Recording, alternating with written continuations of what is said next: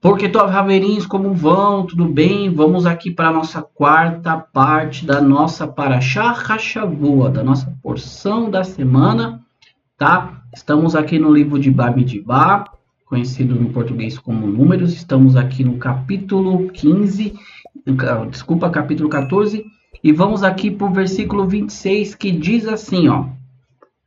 Admatai, laedahará, Hazot Shehemal Malinim, desculpa. Ou seja, Deus está falando o quê? Adematai, até quando? Laedá, essa congregação rara, essa congregação má, ela vai, Malinim, vai queixar-se, né? Alai, contra mim. Et telunot bene Israel, e as queixas dos filhos de Israel. Ashel remá malanim alai shemaeti, ou seja, que justamente, né, as queixas dos filhos de Israel vieram aqui, né, aos ouvidos de Deus, ou seja, alai shemaeti, ou seja, chegou aos meus ouvidos contra mim. O que nós podemos ver aqui no primeiro versículo 26 tem uma bem interessante, tá? Que no português e no próprio hebraico você vai ver que é falado duas vezes sobre Malenim, ou seja, contra mim, as queixas, né? Alai, contra mim.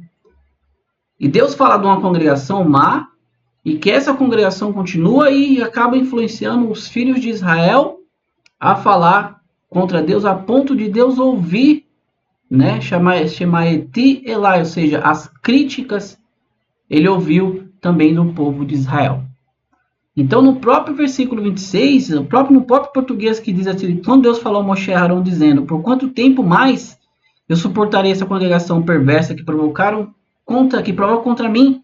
Eu escutei as queixas dos filhos de Israel, a quem elas provocaram contra mim, ou seja, daqui nós entendemos que a mistura de povos também acaba influenciando a Israel a queixar-se contra Deus. Tá? E o versículo 28, ele continua, né? Diga a eles como eu vivo, diz Deus, eu não fizer a vocês conforme o que vocês falarem em meus ouvidos, o que o povo falou ou queira Deus. Deus vai fazer nós entrar numa terra onde ali tem gigante, onde eles vão nos matar a espada e ainda vão levar os nossos filhos cativos. Por isso, o próprio versículo fala assim, Deus, eu não fizer a vocês conforme o que vocês falaram aos meus ouvidos. 29. Seus corpos cairão nesse deserto e as de todos vocês que foram contados.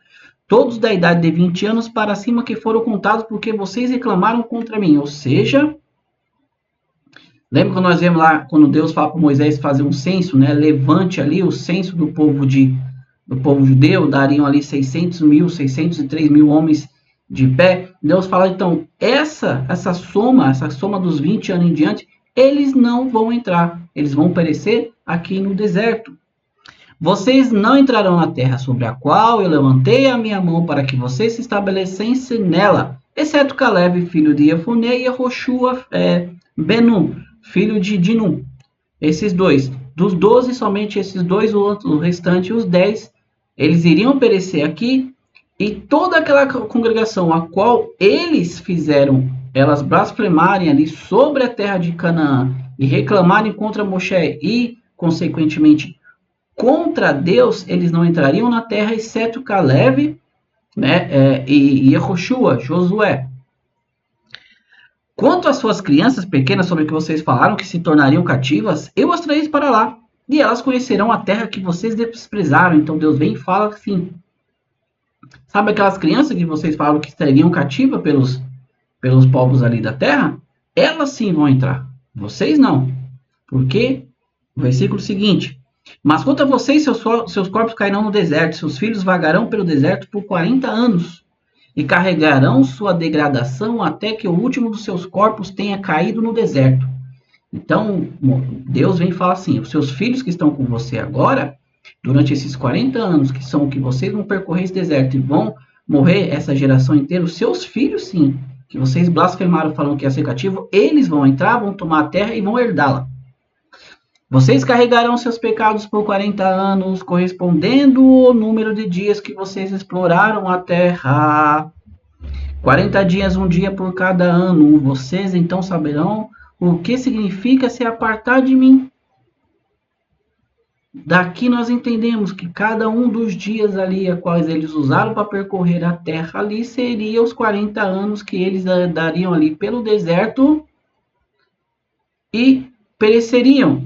Só que interessante é nós analisarmos o texto, como sempre digo aqui, nós temos que parar e analisar o texto. Diz assim: vocês então saberão o que significa apartar-se de mim. Vocês vão saber o que é se apartar de Deus. Não que Deus iria castigar. A consequência aqui dos atos dos 10 ali, dos 12 espiões que falaram mal da terra de Israel, seria a consequência dos seus próprios atos, como nós já falamos em vídeos anteriores. As pessoas têm essa consequência de que Deus castiga, que Deus... Não. Tudo o que acontece na nossa vida são pelos nossos próprios atos. As atitudes que tomamos, elas refletem nos atos que recebemos de volta. Então, vocês vão ver o que acontece quando vocês se apartam de mim. Eu, Deus, falei que eu farei isto a toda a congregação perversa que se reuniu contra mim. Eles encontrarão seu fim no deserto e eles morrerão. Então, Deus fala, vocês vão encontrar o seu fim aqui no próprio deserto, a qual vocês preferiram ficar, né? Esse aqui é um assunto muito importante que vamos trazer aqui no final pela Hassidut. Vocês preferiram ficar aqui no deserto, o próprio texto diz isso, tá?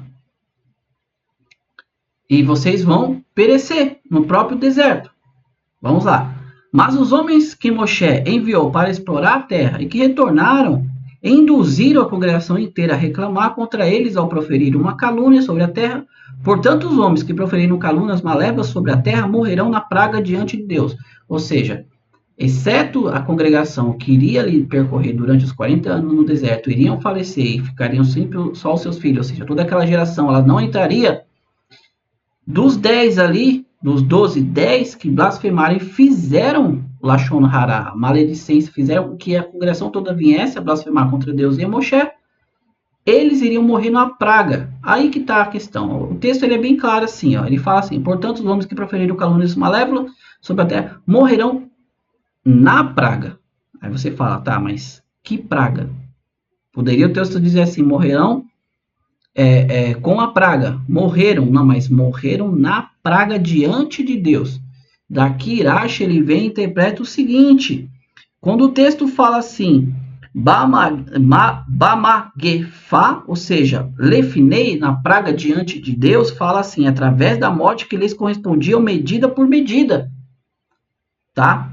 Daqui você entende o quê? Eles pecaram com a língua, então sua punição foi que a língua deles cresceu até atingir o umbigo, vermes saíam dela e entravam no umbigo. Tá? No Tratado de Sotá, na página 35a, fala-se ali sobre a questão de uma medida. Tá? Deixa eu tentar explicar para vocês assim.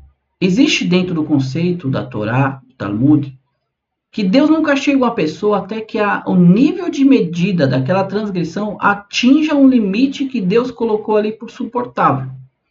Então o texto vem aqui e fala, se nós analisarmos os versículos anteriores, nós vamos ver que realmente Deus fala, esse povo pecou contra mim, blasfemaram, reclamaram contra mim. Quantas vezes, Moshe? 10 vezes, como nós vimos na porção anterior, 10 vezes. Então a medida deles, ó, está por aqui. E aí a Irache aqui ele comenta que praga é essa, porque o texto fala na praga diante de Deus, né? Lifinei Hashem, tá? Na presença de Deus. A Irache fala, a língua deles que eles usaram para falar mal da terra de Canaã, da terra de Eretz Israel, cresceu, foi até o umbigo, criou vermes e eles entraram dentro e eles morreram, tá? Isso aqui é uma explicação de Irache. 38. Mas Yehoshua, filho de Nui, Caleb, Ben e Efuné, o filho de Efuné, permanecerão vivos dentre aqueles homens que foram explorar a terra. Moshe relatou todas essas palavras aos filhos de Israel e o povo se lamentou enormemente. Ou seja, Deus relatou tudo isso, viram os 10 ali que falaram mal da terra morrerem e o povo se sentiu mal perante toda essa situação, né? Versículo 40. Eles acordaram cedo de manhã, subiram o topo da montanha dizendo: nós estamos prontos para subir ao lugar sobre o qual Deus nos falou, pois nós pecamos. Aí sim eles madrugaram, levantaram de manhã cedo, subiram até a montanha e falaram: nós estamos prontos agora para herdar a terra que Deus nos prometeu. Vem Moshe no versículo 41 e fala assim, vai Omer Moshe lemaze. Mas Moshe diz, por que vocês transgridem a palavra de Deus? Isso não terá sucesso, mas uma vez o povo vai contra a palavra de Deus. Deus falou, vocês não vão mais entrar na terra. Vocês transgrediram lá atrás, desacreditando que Deus havia falado sobre a terra de Canaã, que ele daria para vocês, falando que vocês não teriam poder suficiente para tirar aquelas pessoas de lá. Agora, novamente, vocês continuam insistindo em transgredir a palavra de Deus. Isso não terá sucesso. Não adianta nós irmos contra as palavras de Deus. Não subam, porque Deus não está entre vocês, para evitar que sejam abatidos pelos inimigos. Ou seja, vocês não vão. Deus não está com vocês. Os amalequitas, os cananitas, estão à sua frente e vocês cairão pela espada, pois vocês se afastaram de Deus e Deus não estará com vocês. Novamente, Moshe falando aqui para o povo, Deus não está com vocês, vocês estão transgredindo a palavra de Deus. Deus falou que vocês não vão entrar, então vocês não vão entrar. Eles estavam tão inflexíveis e subiram ao topo da montanha, mas a arca da aliança e Moshe não saíram do acampamento, ou seja, inflexíveis. Tá? Então, o que acontece? O povo, em vez de eles procurarem o perdão de Deus, em vez de eles procurarem ali se aproximar de Moshe e falar para Deus nos perdoe, não vamos mais ser como era antes, vamos aguardar. Não, eles inflexivelmente, daqui nós entendemos o quê? Que a pessoa, muitas das vezes, ela prefere não pedir perdão para Deus e tentar procurar um outro meio de solucionar aquele próprio erro dela. Não que isso seja positivo, pois até positivo é quando você faz alguma coisa errada para alguém, necessário é que você vá lá e corrija, tá? Mas aqui a situação é totalmente outra. Eles pecaram contra Deus. Não é contra uma pessoa que você pode corrigir. Deus já sabia a intenção dos corações dele. Tá? Aí o texto vem e fala que a arca não iria e nem a presença de Moisés saiu do acampamento. Versículo 45. Os amalequitas e os cananitas que viviam na montanha desceram e feriram e os expulsaram até Hormá. Tá? A palavra que feriram em hebraico, ela diz assim, vai aqui tum, ou seja, que você vai encontrar isso lá no livro de Deuteronômio, no capítulo 9, versículo 21, que diz assim, vai cote, que na verdade é moedos, golpes atrás de golpes. Por isso que Deus fala aqui no versículo 43, né? Os amalequitas estão à sua frente, vocês cairão pela espada, ou seja, eles foram ali cortados pela espada. Tá? Esse aqui é um comentário de Irash. Aqui, meus amigos, terminamos esse assunto, a questão dos espiões. E o que nós podemos ver aqui? É o que eu sempre estou comentando aqui com vocês. Deus, em nenhum momento aqui, ele castigou essa geração. Olha só o que acontece. Eles tomaram uma atitude, se precipitaram, falaram, então, vamos tomar a terra que Deus não falou, mas Deus falou, não estou mais com vocês. Vocês pecaram, vocês blasfemaram contra mim. Então, veja que o próprio ato da pessoa, ela incorreu na própria desgraça deles. Por quê? Porque eles foram fazer aquilo que eles eram para ter feito com a ajuda de Deus, e Deus falou, eu não vou mais estar com vocês, e eles foram, eles mesmo procuraram a própria morte, pois caíram ali na mão dos amalequitas que os mataram à espada. Daqui você entende que as consequências dos nossos erros, dos seus pecados, dos meus pecados, são as consequências das nossas próprias falhas, dos nossos próprios erros, não que Deus venha castigar a pessoa. Isso está muito acima do nível. Tá? A Hassidut deixa bem claro que as consequências são suas. Se você falar, o seu pai pega e fala para você assim, quando você é criança, olha, fulano, não põe a mão na tomada, não põe o dedo na tomada que ali dá choque. A criança teimosa, ela vai e coloca a mão ali. E ela toma o choque. A pergunta vem, foi o pai que deu o choque na criança ou foi a própria corrente elétrica que passa ali pela tubulação?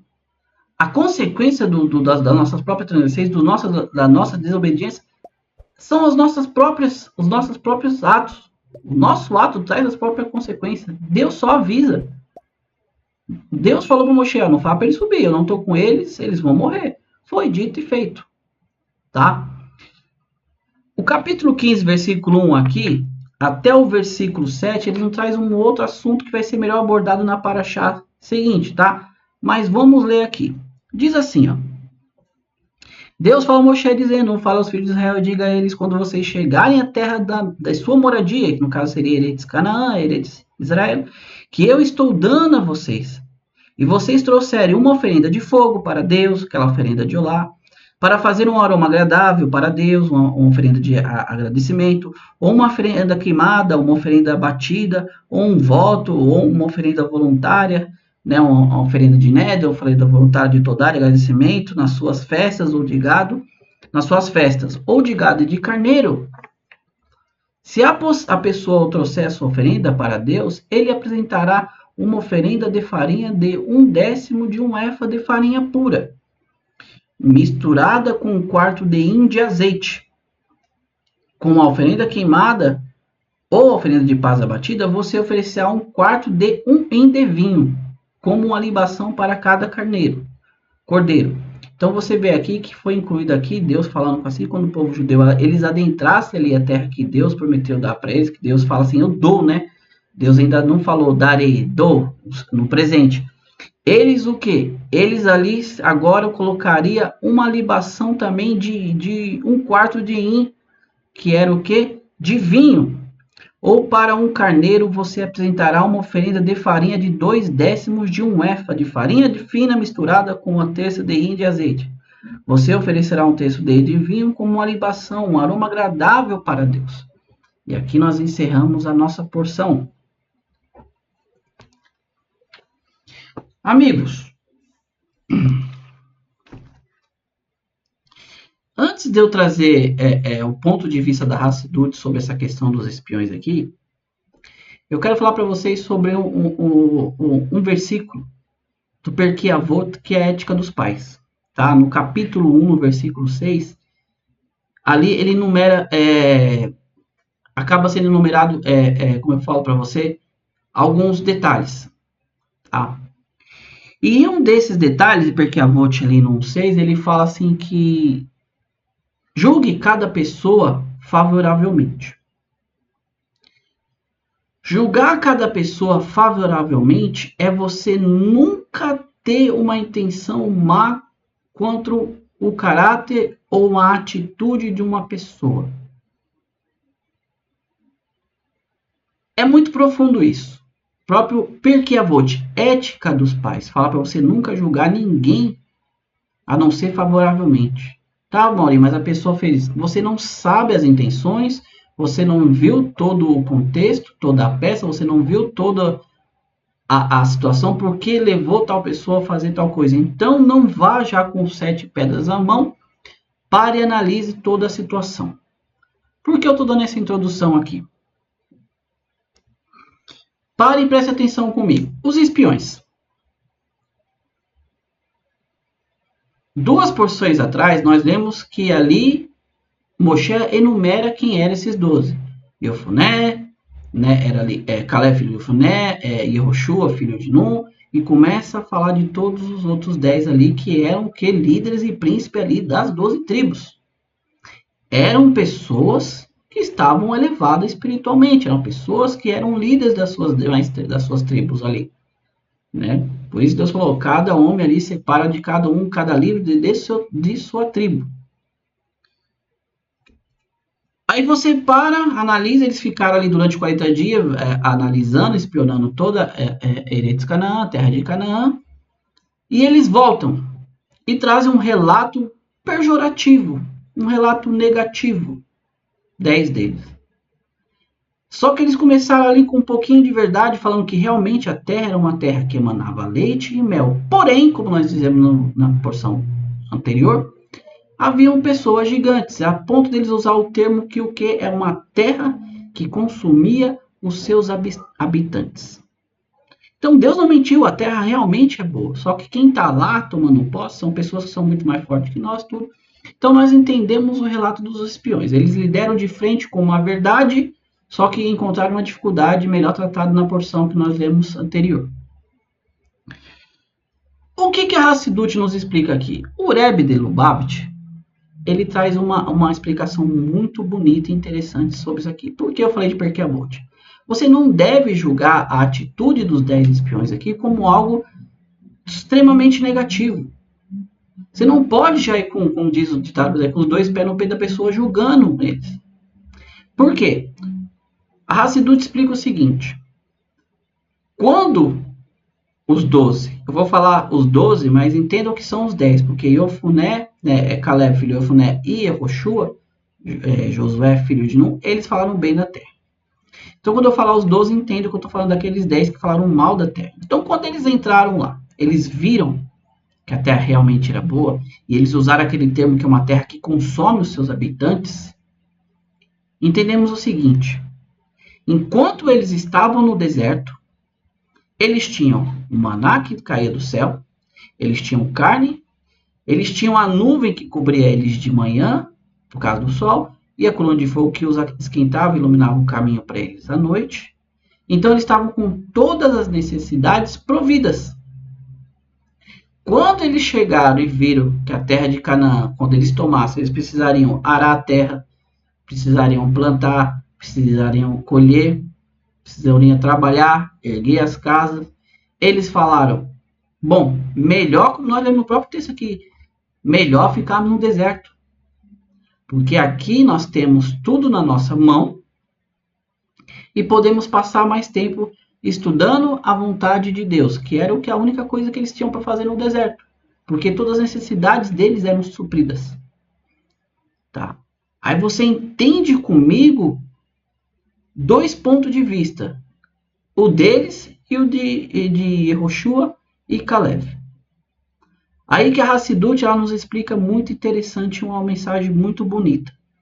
Que na verdade os espiões, eles queriam permanecer no deserto, como o próprio Deus diz, porque eles estavam ali na presença de Deus. Eles estavam tendo ali todas as suas necessidades supridas, mas quando entrassem na terra teriam que trabalhar, teriam que dedicar tempo para fazer isso e ficariam menos tempo no estudo da Torá e das mitzvot de Deus.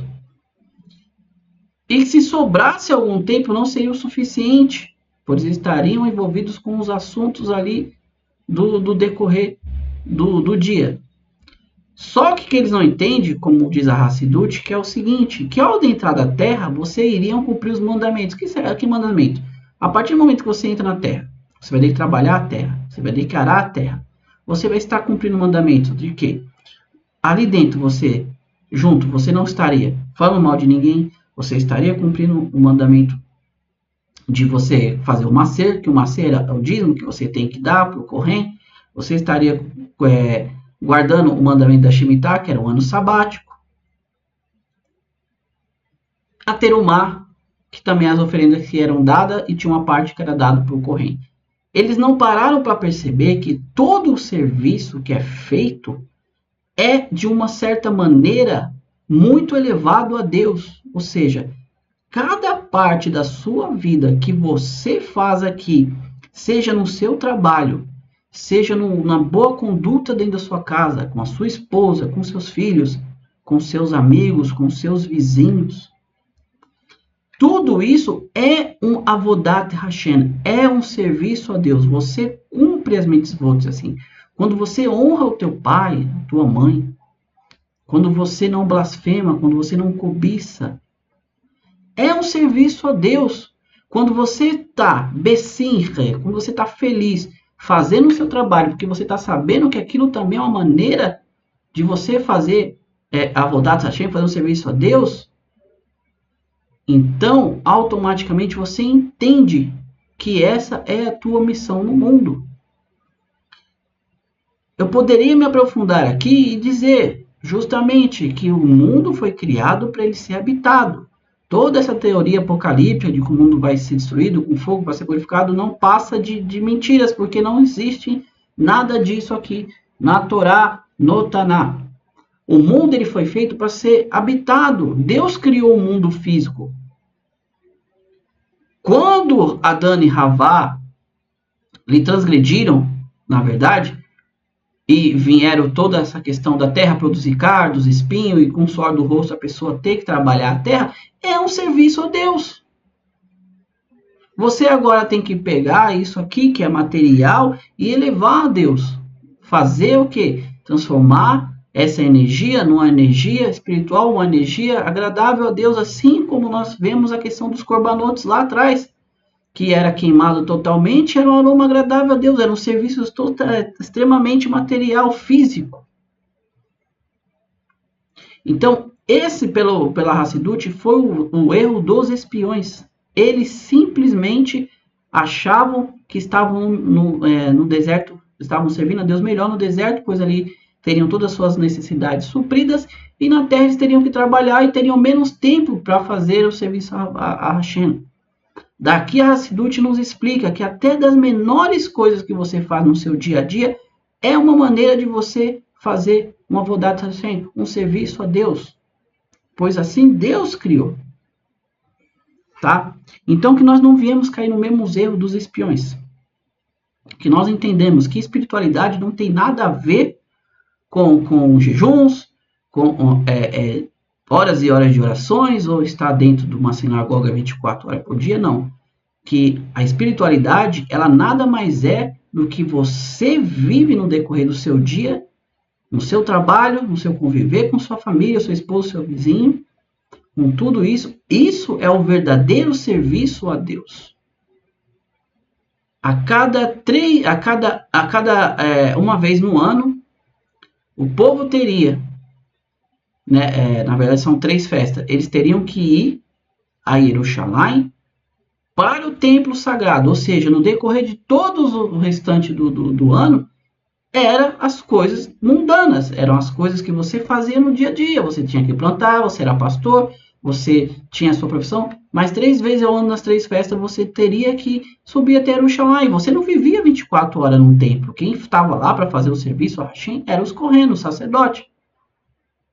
Então, toda essa construção que temos hoje, que o espiritual é aquele que vive em jejum, em campanha, em monte, ou não sei o que, ou 24 horas dentro de uma sinagoga, não.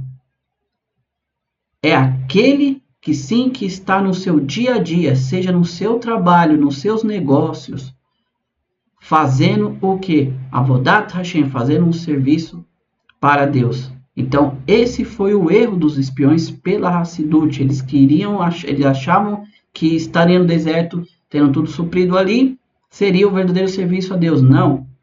Isso é prometido na época do Mashiach, em que os sábios explicam qual será o serviço da humanidade na época do Mashiach. Simplesmente procurar e conhecer mais e mais a Deus. Quando essa época chegar, sim. Mas hoje nós temos que trabalhar, fazer a nossa obrigação aqui na terra, como Deus falou para Adão, e dessa maneira santificar o nome de Deus no nosso dia a dia. Tá bom? Mais uma vez, amigos, eu quero agradecer a todos vocês que já estão nesse canal comigo há esse tempo, aqueles que é novo que chegaram hoje, seja um prazer, muito bem-vindo, tá? Não se esqueçam de se inscrever, de deixar um comentário, deixar um like, compartilhar esse conteúdo se ele foi relevante para você, tenha certeza que ele é relevante para mais pessoas, tá bom? Porque aqui estamos tratando dentro do contexto original da Torá, tá? Dentro da Bíblia que você tem em casa. Mais uma vez, um Todarabá, muito obrigado, Bekol Tov, Atzalahá, sucesso em tudo que você for fazer, e o Ant Mashiach, nós queremos que Mashiach se revele ainda hoje aqui para nós, e que o terceiro templo seja reconstruído, e que nós podemos fazer o nosso Avodat Hashem lá em Jerusalém, no Beit HaMikdash, assim construído. Se não, amanhã estaremos aqui com a nossa 5ª parte da porção, é uma porção curta, mas também tem um assunto ali de Hassidut para nós trabalharmos, tá bom? No demais, fiquem com Deus, muito obrigado mais uma vez, e Lehi Traot. Até mais, amigos. Tchau, tchau.